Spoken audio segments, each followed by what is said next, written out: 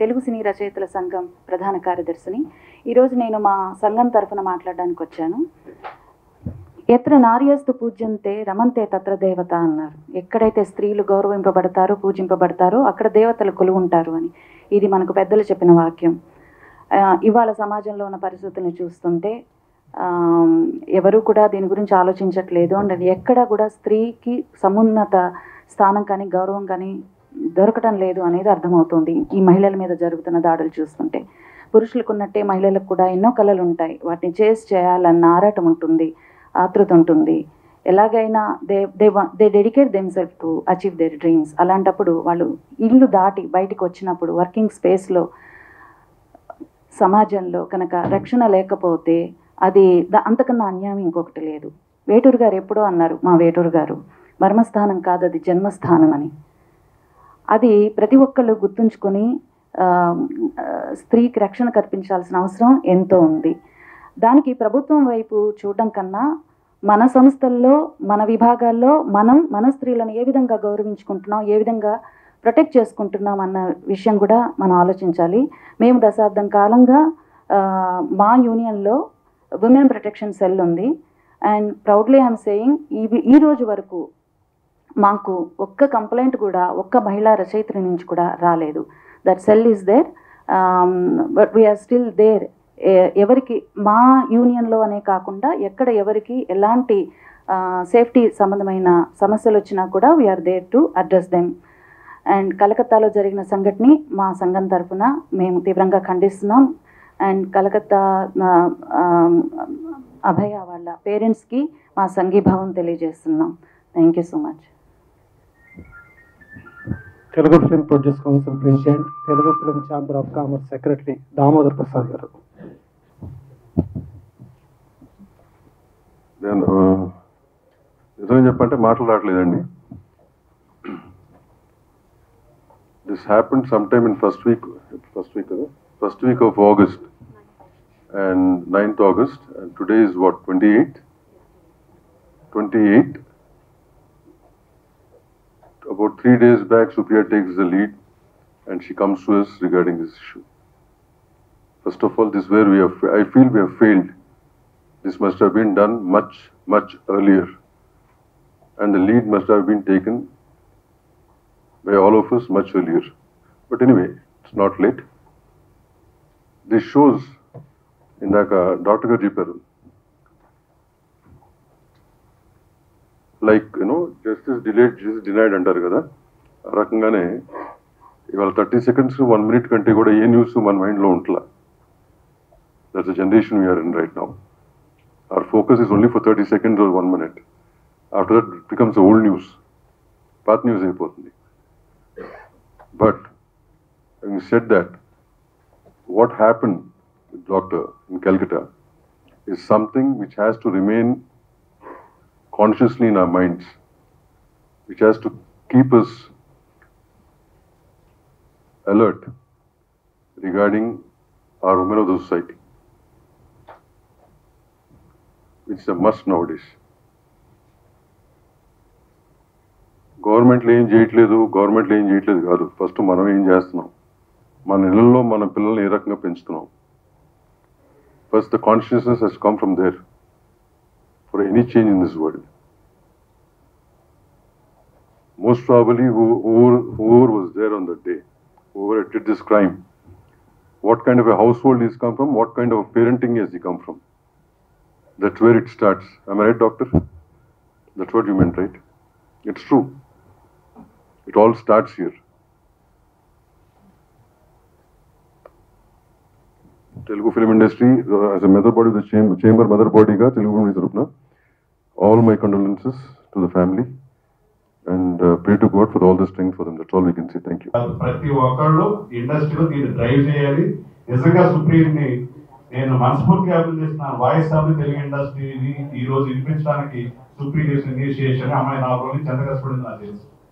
So రేపటి నుంచి ఎవరైతే ఇక్కడ ఎమోషనల్ గా మాటలు రావట్లేదు అనుకున్న వాళ్ళు అందరూ కూడా ఈ యాక్టర్స్ తోటి, రైటర్స్ తోటి, పిఎంఓకి లెటర్స్ రాసే ఉద్యమాలు, ఈమెయిల్ చేసే ఉద్యమాలు చేస్తే డెఫినెట్ గా ప్రెజర్ టాక్టిక్స్ ఉపయోగపడుతుంది. దీన్ని మా తెలుగు ఫిల్మ్ రైటర్ అసోసియేషన్ తరఫున తీవ్రంగా ఖండిస్తూ ఉన్నాం. Thank you. I request Rakendamauli garu to say a few words. నేను చెప్పాలనుకుని చాలా క్లుప్తంగా ముగిస్తానండి. అక్కడెక్కడో కోల్కతాలో జరిగిందని అంటున్నారు. ఆ జరిగినప్పటి నుంచి ఇప్పటిదాకా దాదాపు 900 రేప్ కేసులు నమోదయ్యాయి. అదే అండి. సో మేరా భారత్ మహాన్, దీని గురించి మీకే అర్థం అవ్వాలి. ఇది అక్కడెక్కడో కాదు, ప్రతి చోట జరుగుతుంది. ఎవ్రీ 15 నిమిషాలకు ఒక రేప్, గంటకి 4 కేసులు రేప్ కేసులు నమోదయ్యే నేషన్లో మనం ఉన్నాము. సో ఇది ఎలా అని మీరు ఎప్పుడైనా ఆలోచించారా? అంటే పుట్టుకతోనే ఒక నెల బిడ్డగా వాడు రేపిస్ట్గా పుట్టాడు. ఎవడు వాడు పెరిగే అట్మాస్ఫియర్ ఎలాంటిది? వాళ్ళ నాన్న వాళ్ళ అమ్మని కొడుతున్నప్పుడు చూసి ఉండొచ్చు, అది ఓకే అనుకుని ఉండొచ్చు. వాళ్ళ అక్కనో చెల్లెన్నో వీడికి చెప్పి పనులు చెప్పకుండా వాళ్ళెవరికి అదే పనులు ఇచ్చి ఓహో పురుషాధిక ప్రపంచం కరెక్ట్ అని నేర్పించి ఉండొచ్చు. ఇలాగా అతను చూస్తున్న హీరో, అతను చూసి పెరిగిన హీరో ఈవ్ టీజింగ్ కరెక్ట్ అనుకోవచ్చు, అండ్ వెనకాల ఉమెన్ స్టాకింగ్ ఇస్ కరెక్ట్ అనుకోవచ్చు, జెండర్ ఈక్వాలిటీ లేకుండా ప్రవర్తించవచ్చు. ఇవన్నీ చూసి అతను ఎదిగి ఒక సైకోగా, ఒక రేపిస్ట్గా అయ్యాడు. So we need education from home level అండి. ఇంటి నుంచి ఎడ్యుకేషన్ మొదలైతే కానీ జరగదు. And at the same time good touch, bad touch, consensual touch ఇవన్నీ నేర్పించాలండి. లేకపోతే ఒక మగాడు అనేవాడు మారడు. ఇప్పుడున్న పరిస్థితుల్లో, ఇప్పుడున్న సినిమాలు కూడా నేను చాలా వరకు రెస్పాన్సిబుల్గా తీయాలని నేను కోరుకుంటున్నాను, రెస్పాన్సిబుల్ హ్యూమన్గా ఉండాలని కోరుకుంటున్నాను.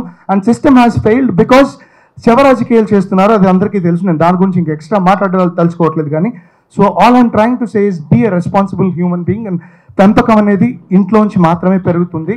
అలా లేనప్పుడు వాళ్ళని థెరపీకి పంపించి ఒక మంచి హ్యూమన్గా మార్చే బాధ్యత మనది. This is our responsibility, everybody's responsibility. Thank you ma'am.